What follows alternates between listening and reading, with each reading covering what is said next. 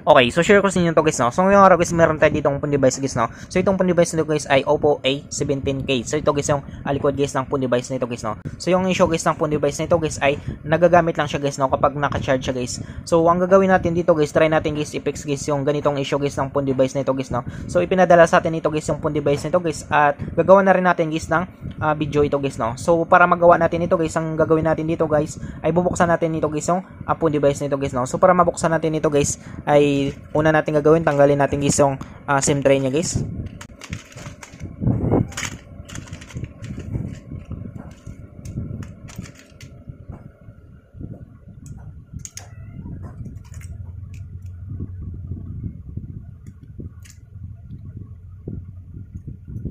So try natin pandarin guys. So hindi siya umandar guys, no. Try natin i-charge. So possible guys na drain ito guys yung phone device na ito. Yan. So wala siya. Hindi siya nag-charge. So battery check na lang natin guys mamaya. So ngayon guys, ang gagawin natin dito guys ay bubuksan natin ito guys, no. So dito guys, para mabuksan natin, pwede tayo gumamit guys ng pang-opening tools natin or pwede tayo gumamit guys ng kuko natin guys, no. So sa akin guys, prefer ko guys gamitin guys yung kuko guys, no. So papakita ko sa inyo guys kung paano natin buksan guys gamit guys yung kuko natin guys, no.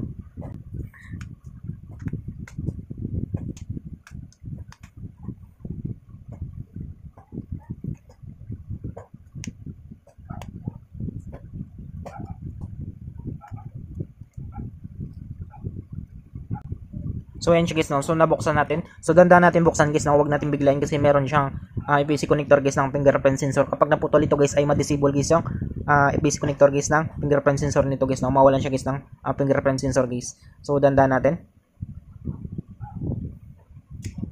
Yan. So nabuksan natin. Yan. So ito yung sinasabi ko sa inyo guys na EPC connector guys ng fingerprint sensor guys, no. Kapag naputol ito guys, ma-disable guys yung fingerprint sensor niya guys, no. So hindi na mabasa guys or hindi na ma-read guys yung fingerprint sensor niya guys. Yan. So una natin gagawin dito guys para mabuksan natin ito guys yung phone device na ito guys ay tanggalin natin guys lahat guys ng mga bolts niya.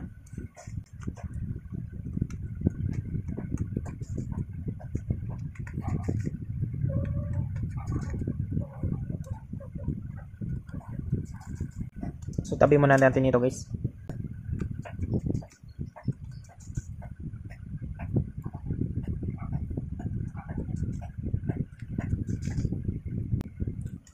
So ayan siya guys, no. So nakatanggal natin guys lahat guys ng mga bolts niya. Sunod natin guys ay angat natin guys yung cover guys ng motherboard niya guys, no, o yung board niya guys. Yan. So ito guys yung loob guys ng Oppo A17K guys, no. So una natin gagawin dito guys ay tanggalin natin guys yung EPC connector guys ng battery niya o yung tinatawag natin guys na flexible printed circuit na ito guys. Yan. So tanggalin natin yan. Tapos tanggalin natin guys yung fingerprint sensor niya guys. Yan. So dapat maingatan niyo to guys, no, yung fingerprint sensor niya guys. So tabi natin yan. Sunod natin dito guys ay titest natin ito guys, no. So tanggalin natin guys yung ano niya, battery niya. So bago natin tanggalin guys yung battery niya, check natin guys yung motherboard niya guys.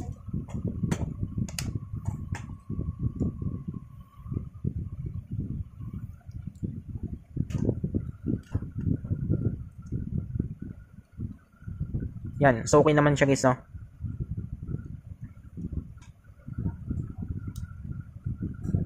Yan. So wala namang shortage guys yung motherboard niya guys. Sunod natin dito guys, tanggalin natin guys yung battery niya.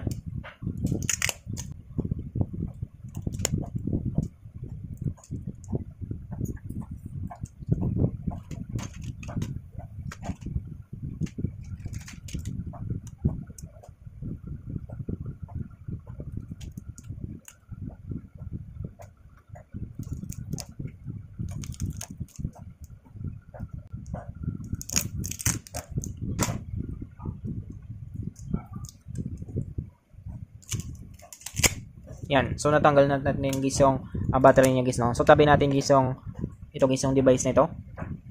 So dito guys yung kailangan natin dito guys yung battery niya guys, no. So ang gagawin natin dito guys sa battery niya kasi dito yung tama guys, no.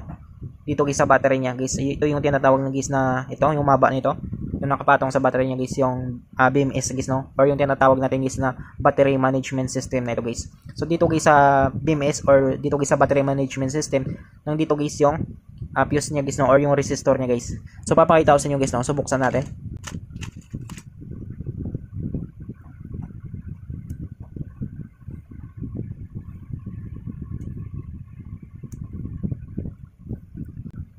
So ayan siya guys, no. Sunod natin guys, iangat lang natin guys yung ano niya, yung BMS nito guys.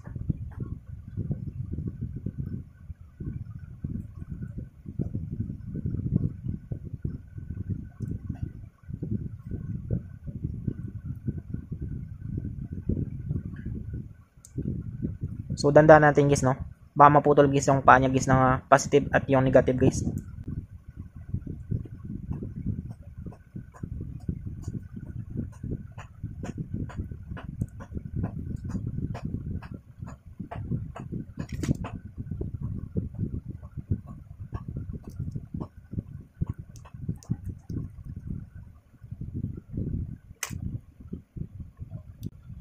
So dito guys, makita natin guys ng BMS niya guys, no. So ito yung tinatawag natin guys na BMS, yung mabang itim na ito guys. Ito yung tinatawag na battery management system guys.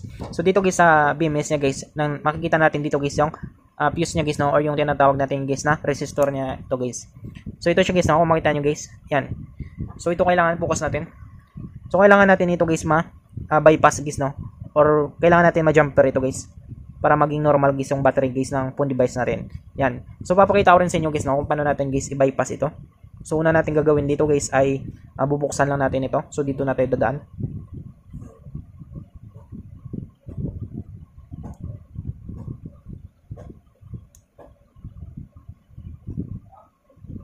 So ingat kayo guys, no, baka matusok nyo guys yung battery niya guys. Pwedeng mag-apoy kasi ito guys yung battery na ito guys, no, kapag natusok natin.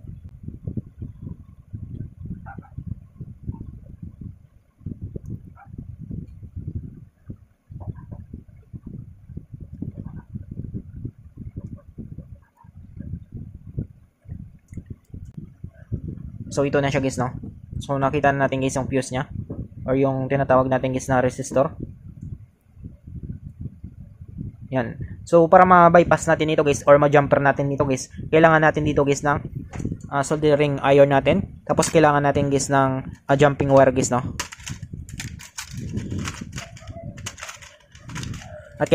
At kailangan rin natin guys ng flux natin. So wala akong jumping wire dito guys, no. So kapag wala kayong jumping wire guys, pwede kayo gumamit guys ng lead guys, no. So kailangan natin dito guys yung flux, tsaka yung lead, tsaka yung soldering iron guys, no. So dito guys ay mag-inject lang ako dito guys ng kunting flux guys, no. So focus natin. So inject tayo dito guys ng kunting flux guys sa BMS niya. Dito guys sa resistor.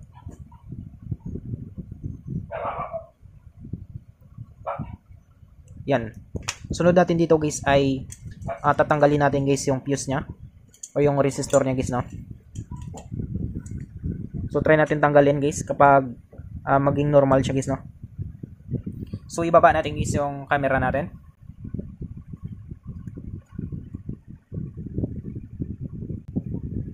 So ayan siya guys, no. Yan. So saksak ko lang guys yung soldering iron natin.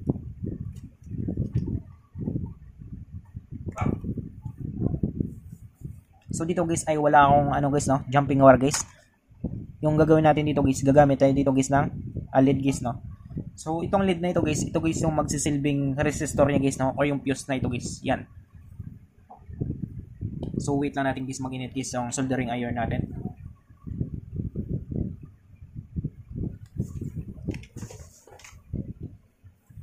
So ayan siya guys, no. So ngayon guys ay simulan natin.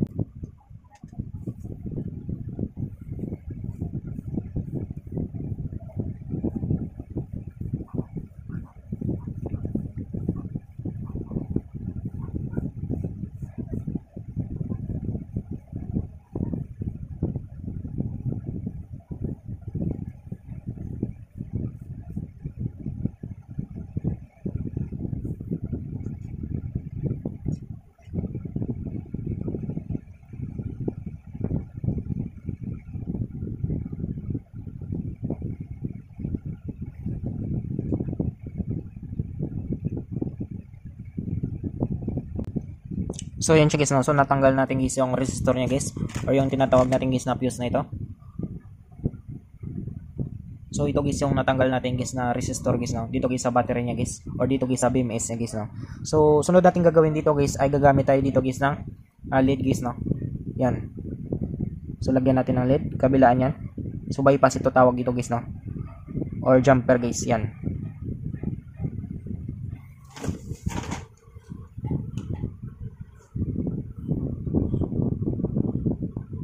So sa video natin guys, gumagamit tayo guys ng jumping wire guys, no. So dito naman sa video natin guys, gagamit tayo dito guys ng alid guys, no.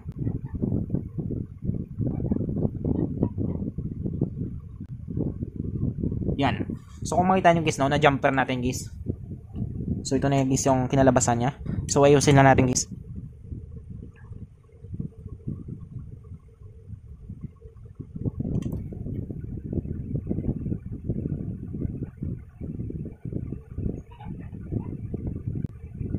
So ayan siya guys, no. So na jumper natin guys. Sunod natin guys ay linisan lang natin guys, no.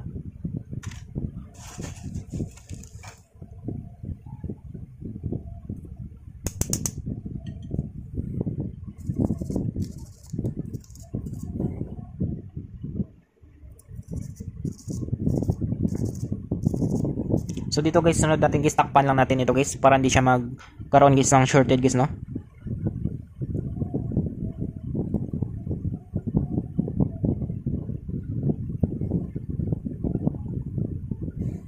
So ayan siya guys, no. Yan. So ngayon guys, ibalik natin.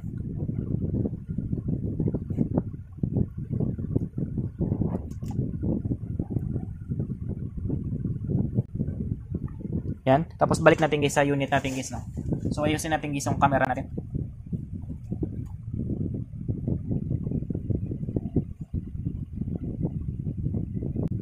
Yan. So balik natin guys yung battery niya dito guys sa unit nito. So bago pala yan ito guys, ay drain kasi ito guys, no. So baka mahirapan siya guys mag-charge guys. So ang gagawin natin dito guys, battery shock natin ito guys, yung battery na ito.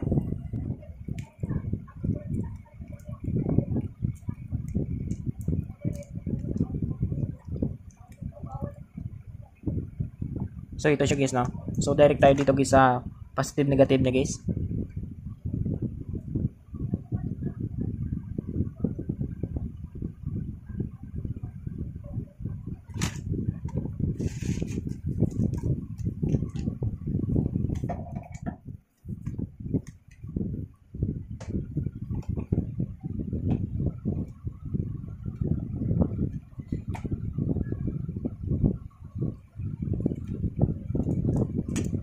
So ito siya guys, no.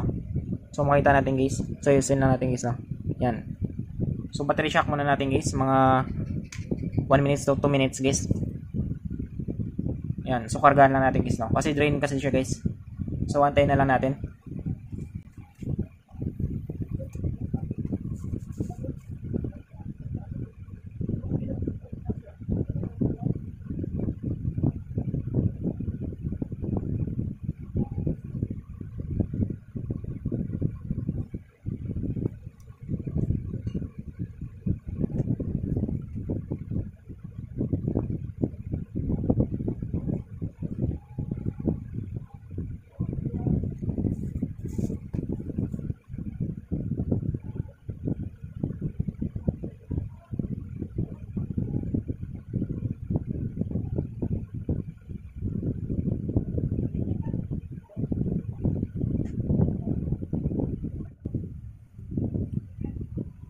So okay na to guys, na battery shock natin. So tanggalin natin. So balik natin guys sa unit nito guys, no, yung battery na ito guys. So try natin guys kapag maging normal siya guys, no. So ayusin na natin.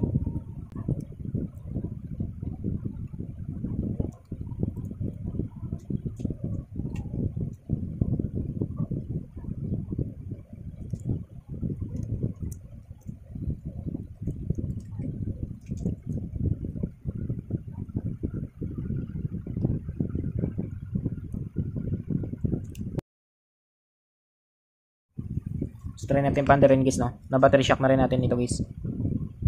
So try natin guys kapag magtuloy siya guys, no. Kapag hindi siya mamatay guys.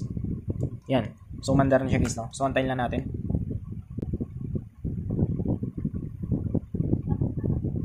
So sana guys ay magtuloy-tuloy siya guys, no. Para ma-fix natin guys yung issue niya guys. Kung bakit siya namamatay.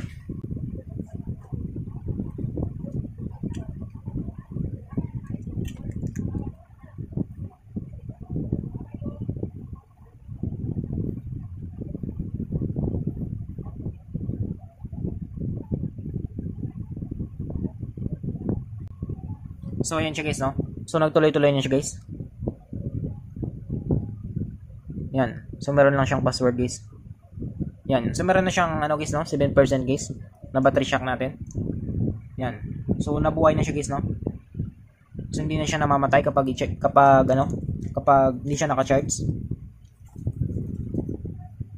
So charge na lang natin. So dapat mamatay ito guys kapag i-dial natin. So hindi siya namamatay. Ibig sabihin guys ay na-fix natin guys yung issue guys ng phone device nito guys, no? Yan. So nag-charge na rin siya guys. Yan. So ganun lang kadali guys, no? Kung paano natin guys ma-fix guys yung phone device natin. So I hope guys na matulong sa inyo itong video tutorial natin. Sa mga bago pa lang sa ating channel guys, no? Huwag natin kalimutan guys i-click guys yung subscribe at yung notification bell button para ma-update ko kayo guys sa susunod natin guys na video tutorial. Thank you guys and God bless sa lahat.